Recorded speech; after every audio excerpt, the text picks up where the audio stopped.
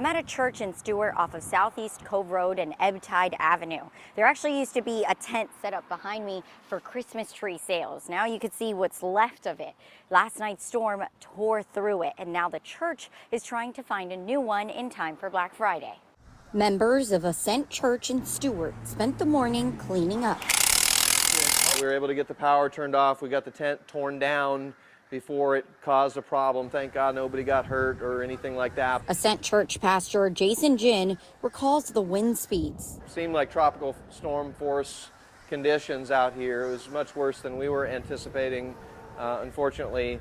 And it was windy. The tent was blowing like crazy, and we had to be real careful. Gusty winds tore apart the tent they use for their annual Christmas tree sale. The wind so powerful, it even bent some of the metal pins that hold the tent in place. But it won't stop them from hosting their fundraiser, Buy a Tree, Change a Life. Everyone comes together and serves in our church, and we're able to give all the proceeds and all the money away to help kids globally and locally. So it goes to places like orphanages in Guatemala and Cambodia, and then also help some kids here and different nonprofits. It's just a really cool way for the community to come together and serve and give back. Last year, they raised $32,000, but Jen says tents can come with a hefty price tag, so they'll need the community's help.